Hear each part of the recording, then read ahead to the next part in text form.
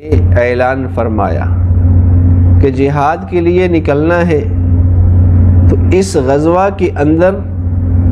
مسلمانوں کی جو جان نثاری تھی، مسلمانوں کی ایک دوسرے کے اوپر جان لوٹانا یا مال لوٹانا جو ہے وہ بھی سامنے آیا،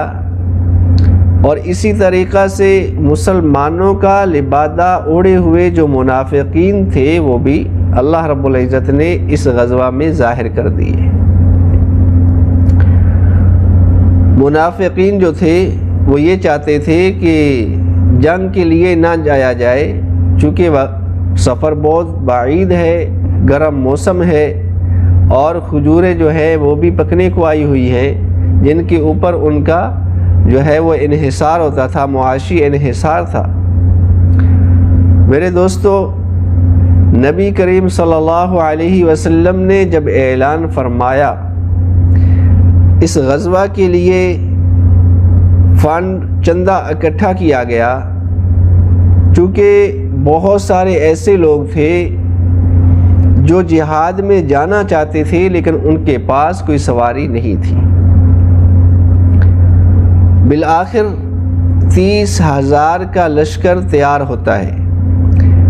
اللہ تعالیٰ کے نبی علیہ السلام نے جتنی بھی جنگیں لڑی ہیں، سب سے زیادہ جو مسلمانوں کی تعداد تھی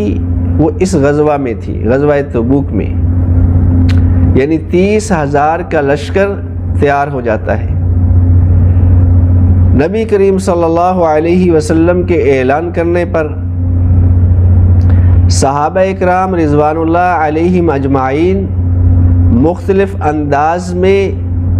خدمت کر رہے ہیں۔ کوئی سواری لے کر آ رہا ہے، کوئی اس کے لیے غلہ چارہ جو ہوتا ہے وہ لے کر آ رہا ہے، کوئی اپنے گھر کا آدھا سامان لے کر آ رہا ہے، جیسے کہ حضرت عمر رضی اللہ تعالی عنہ اپنے گھر کا آدھا مال لے کر آئے، اور حضرت سیدنا عثمان غنی رضی اللہ تعالی عنہ نے 1000 دینار مسلمانوں کے جہاد میں جو سر و سامان تھا یا ان کا جو نان و نفقہ تھا اس کے لیے دیا۔ اور اسی طریقہ سے حضرت عبد الرحمن بن عوف رضی اللہ تعالی عنہ نے 100 اوقیہ سونا جو ہے وہ دیا، اور صحابیات نے اپنے جو زیورات ہیں وہ پیش کر دیے۔ اور یہاں پہ ایک ایسی شخصیت بھی ہے جس کے اوپر اللہ رب العزت بھی رشک کر رہا ہے، اور آسمان دنیا میں جو ملائکہ ہیں وہ بھی رشک کر رہے ہیں۔ حضرت ابو بکر صدیق رضی اللہ تعالی عنہ جب اپنا سامان لے کر آنے لگے تو اس سے پہلے جو دوسرے صحابہ تھے انہوں نے جو بھی صدقہ خیرات کیا اس انداز میں کیا کہ وہ جب تک واپس نہ آ جائیں سفر سے اس وقت تک ان کے جو گھر والے ہیں ان کے پاس کھانے پینے کا جو سامان ہے وہ مہیا رہے، یعنی ان کو کسی قسم کا فاقہ نہ آئے۔ لیکن حضرت ابو بکر صدیق رضی اللہ تعالی عنہ ان سوچوں کے ماوراء اپنے گھر کا پورا سامان لے کر نبی کریم صلی اللہ علیہ وسلم کی خدمت میں حاضر ہو گئے۔ نبی کریم صلی اللہ علیہ وسلم نے حضرت ابو بکر صدیق رضی اللہ تعالی عنہ سے پوچھا، اے ابو بکر، گھر میں کیا چھوڑ کر آئے ہو سکتا ہے یہ سوال اس لیے کیا ہو کہ وہ مال جو صدیق اکبر رضی اللہ تعالی عنہ لے کر آئے وہ قیمت میں زیادہ نہ ہو دنیا کے اعتبار سے، لیکن عند اللہ و عند رسول وہ مال بہت ہی زیادہ قیمتی تھا، اس لیے اللہ کے نبی علیہ السلام نے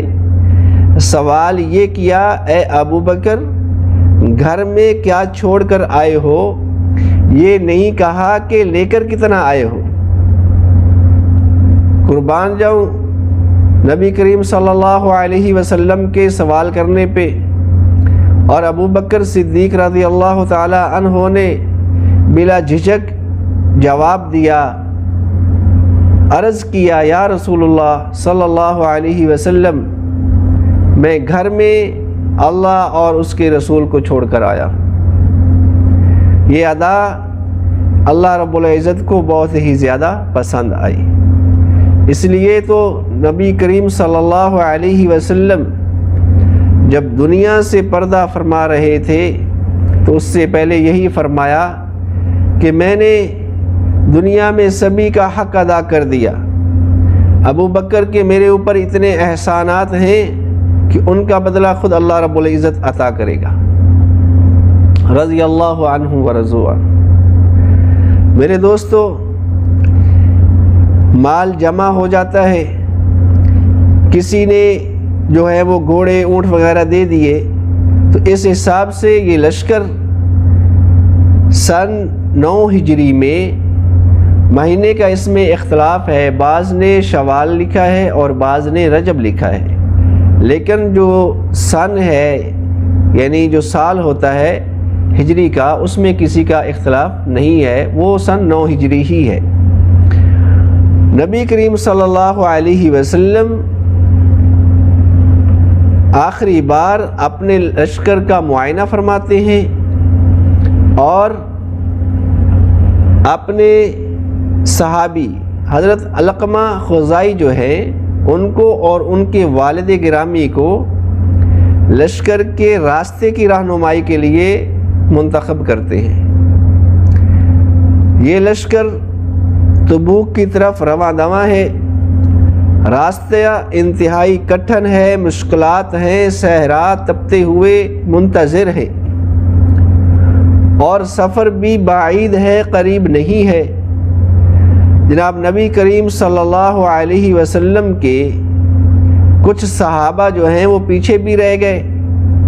جو پیچھے رہنے والے لوگ تھے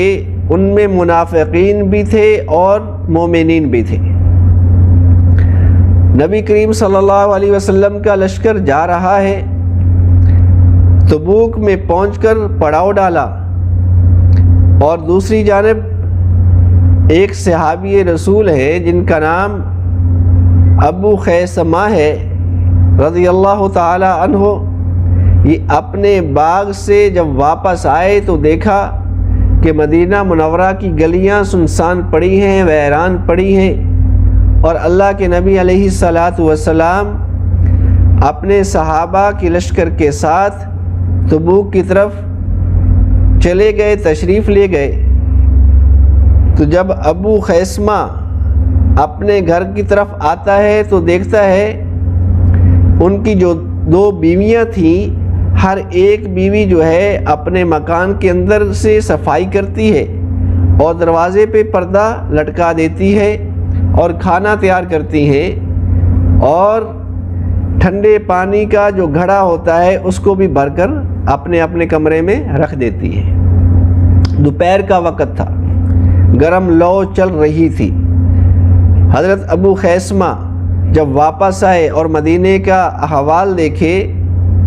تو انہوں نے کہا کہ میں بھی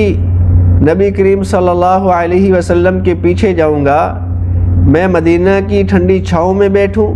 اور نبی کریم صلی اللہ علیہ وسلم تپتے صحراؤں کا سفر کر رہے ہیں، تو یہ کیسے ہو سکتا ہے؟ یہ ایک عاشق رسول کی ہی سوچ ہو سکتی ہے۔ تو وہ صحابی رسول جو ہیں اپنی بیویوں سے کہتے ہیں کہ میرے لیے زاد راہ تیار کر دیں، یعنی جو راستے میں میرے لیے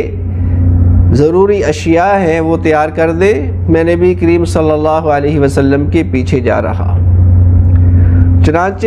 انہوں نے اپنا اونٹ لیا اور نبی کریم صلی اللہ علیہ وسلم کے پیچھے چلے گئے۔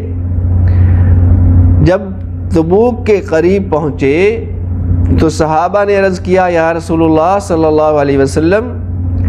کوئی شخص ہے، اکیلا ہے اور سوار ہے، ہماری طرف آ رہا ہے۔ اللہ کے نبی علیہ الصلاۃ والسلام نے فرمایا کہ ابو خیثمہ ہوں گے۔ جب وہ قریب آئے تو واقعتاً وہی تھے،